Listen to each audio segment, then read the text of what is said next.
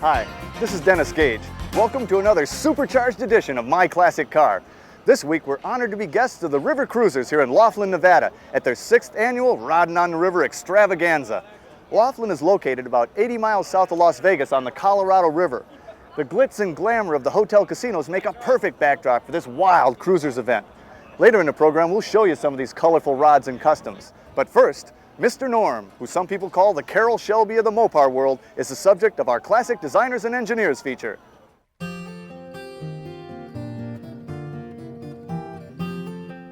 Norm Krause, who is known as Mr. Norm by enthusiasts around the world, was not a designer or engineer in the traditional automotive sense. But he and his Grand Spalding Dodge dealership produced some of the most well-known performance cars of the muscle car era. In 1948, at the age of 16, he and his brother Len started selling used cars at their father's service station at the corner of Grand and Spalding in Chicago. Their big break came in 1956 when the boys ran a newspaper ad for a Chevy convertible with a V8 and stick shift. The reaction to the ad was overwhelming and showed them selling used performance cars was the wave of the future. It was just one call after another. What do you have over there? Told them what I had here. Told them it was, it was fixed, it was repaired. Good running car. They came over. The car was sold immediately. And that same morning, while the people were calling, my brother happened to call in. I said, buy all the sticks, all the 4-speeds, anything in performance you can get your hands on. The name Mr. Norm also grew out of the newspaper ad because the boys wanted to save money. So they came up with the name Mr. Norms because it was short. And we were selling them all day. We were advertising the Mr. Norm, and it started to grow, and the name started to get around throughout the city and the automobiles, all about if you want a performance car, go see Mr. Norm. By 1962, they were so well known that Dodge approached the boys about getting into the new car business. They hesitated at first, but then signed on, and over the next 2 years built a showroom and service department. It was in that new service department that Norm was introduced to the world of drag racing by a customer. He was there on a Saturday morning. I was standing in the back, and he came up to me. He says, Norm, I'll put your name on my car if you give me a set of plugs and a set of seat covers. I said, where are you going with the name on your car? He says, to the drag strip. I said, what's that? He said, the amphitheater. They got an 1/8 mile drag strip. 2 cars race against one another. I said, oh yeah, that sounds like a lot of fun. So I called over to Denny, who was our parts director at that time. I said, give him the parts he wants. And he put up a sign on the car, and they ran Sunday afternoon. By the time we closed Sunday and Monday, we sold 5 cars off those races. In 1965, Mr. Norm teamed up with driver Gary Dyer, and together they took the drag racing world by storm. Back at the dealership, they were taking what they were learning at the strip and selling it to customers of new Dodge cars. This all-out performance image made Grand Spalding Dodge the largest Dodge dealer in the country. Their slogan was, "Kids are king." You know, they would come in and say, I wanted to drive it on the street, I wanted to drive it on the street and track, or I wanted to drive it on the track. You had three basic combinations. I didn't think in '67 that really Mopar did enough for our performance people, our customers, that there had to be, something else. And I talked to Dodge about that at that time. And they just said you can't put a 383 in a Dart. We went back to the showroom, and we put a 383 in the Dart. And then we took that car to Detroit. And I remember what the head of Dodge said. We were at Hamtramck there, and he picked up a phone, and he said, I want you engineers to come down here. So when they came down with their pipes in their hand, with their caps on, and he said, I want you to look at this car. He said, these are the kids from Chicago. Because we were 2 young fellas at that time. We put the 383 in the Dart, and the Chrysler did it. And it's just amazing how many of the Mopar fans have those cars today and still talk about it. And then the next year we did with the 440, and then the Hemi, and then we went to the the 6-pack in '71, and then we went to the '72 Supercharger. In 1973, government regulations put a stop to dealers performing mechanical modifications to new cars. Grand Spalding Dodge quickly switched to fleet sales and van conversions to make a living. The performance age was gone, and so were Mr. Norm's muscle car creations. 4 years later, Mr. Norm retired and sold his share of the dealership to his brother. He's been inducted into both the Mopar and Funny Car Halls of Fame. Today, he's back in the performance business with Performance West, selling low-volume, high-performance vehicles like this supercharged Dodge truck. I wouldn't miss this for anything. I love every minute of it. I meet these customers out here, when they come up to me and talk to me about the old times, it just lights me up and charges my battery. I just enjoy it. There isn't anything I wouldn't do for a Mopar fan.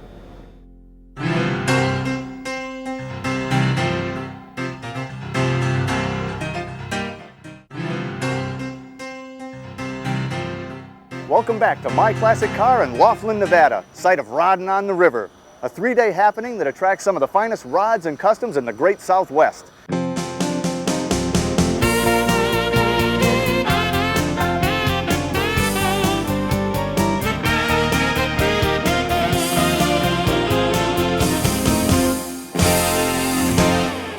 So Art, you're the president of this club, is that right? Yes, I am. How big a club is it now?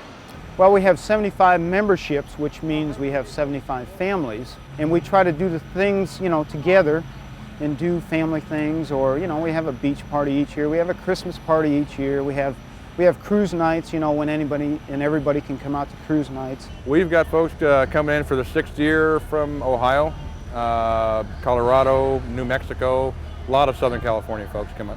Now, Rodders pretty much drive their cars. Did most of these cars come here driven? I'd say probably 95% of the cars are driven here. The folks from Ohio drove in. They were here almost 4 days early just to make sure. Now, it's a three-day event. What all takes place over the 3 days? The first couple days are usually registration and getting everybody organized. On Friday and Saturday, we've got a lot of, we've got a poker run, we've got the valve cover races.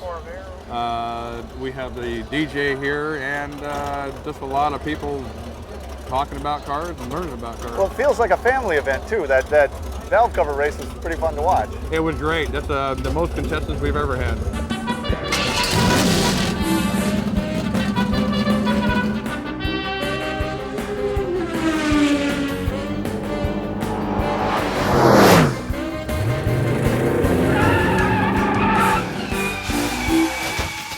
So Joe, you're one of the founding members of River Cruisers, is that right? Yes, that's right. There were 9 member families when we started in 1985.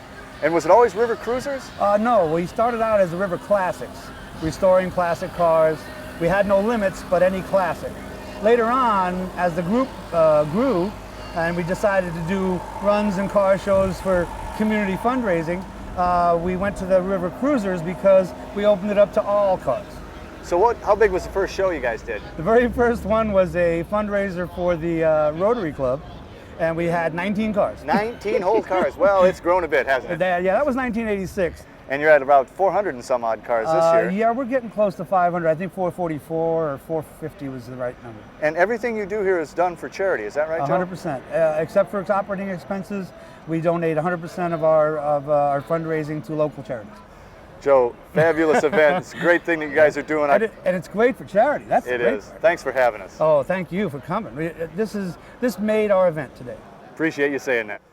Well, Jim, there's a lot of cool rods and customs here, but this one is a showstopper. What a paint job. Yes, thank you very much. It's 180 flames with 17 different candy colors, so I'm sure the audience, some wife's going to say, that's the color I want my car, and he'll have to say, well, where? Yeah, right. Now, what did this start life as? This was a 1951 Mercury 4-door sedan. And it's a gorgeous interior. You got the suicide doors. Can you open up and see how they...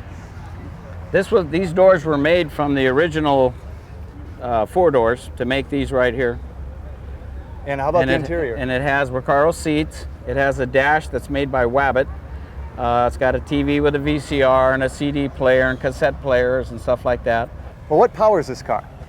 Well, it's a ZZ3. It was bought as a prototype in 1992. Can you open it up?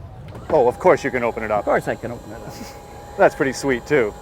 Yeah. Anyway, all the aluminum work was done right here in Arizona at Arizona Speed Marine. So it's a 355 horse ZZ3 engine. Tune ported, everything's aluminum. Well, I must say, you do nice work. Hey, welcome back to My Classic Car. The Buick GS Stage One is the subject of this week's feature. Now, Buick didn't build many performance cars in the 60s and early 70s, but when they decided they needed a muscle car to enhance their somewhat stodgy image, they didn't mess around. The GS Stage One is quite possibly the most feared muscle car ever built during that era. Argue with me if you wish, but believe me when I say this is one bad Buick.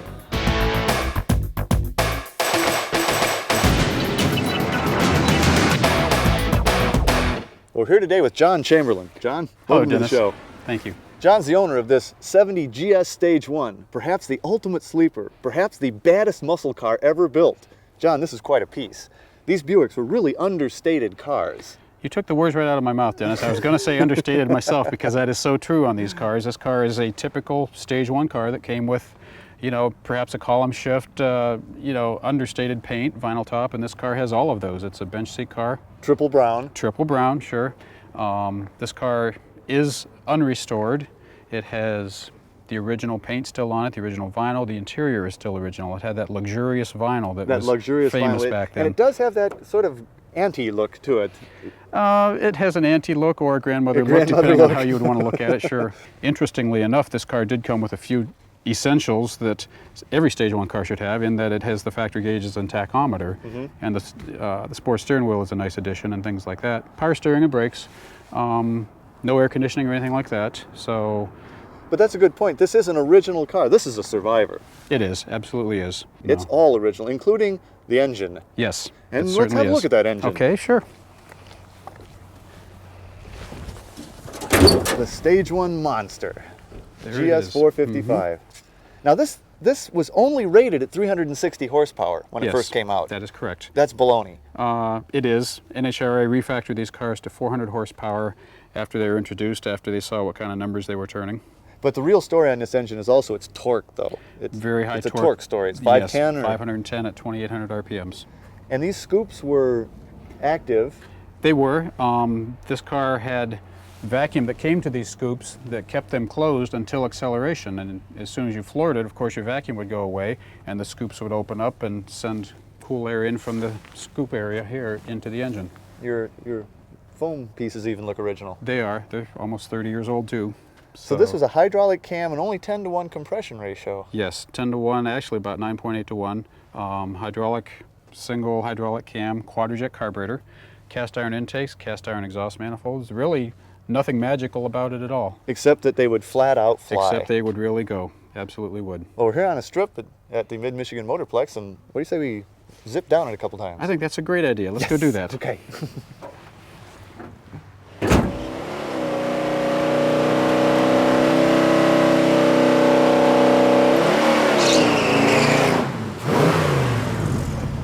John, this thing sounds serious. Remember, don't kill the host, okay? All right, right. You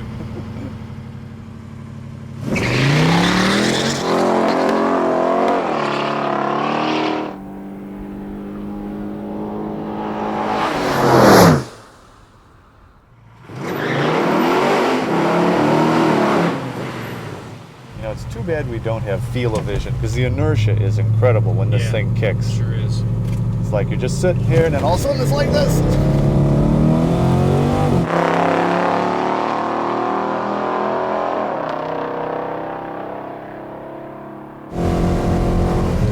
Woo! Too cool, huh? Yeah, too cool. That'll put you back in the seat. Actually put you back in the back seat. Rocketing down the quarter mile in John's GS was a blast, and crossing the finish line in the mid-12s with speeds exceeding 107 miles an hour really got my heart racing. These eye-popping results are a combination of the raw power of the Stage One and John's years of experience in tuning his car while keeping it stock appearing. I drove it an hour and a half to get here, and if we don't tear it up around those 12-second passes, I hope to drive it back home. Well, I respect that too. Drive it to the track, race it, and drive it home. Well, those days are kind of going by the wayside in light of, if anything else, the year of the car. It's 27 years old now. Yeah. You know, things can start going wrong, especially when you're turning the kind of numbers that this one will.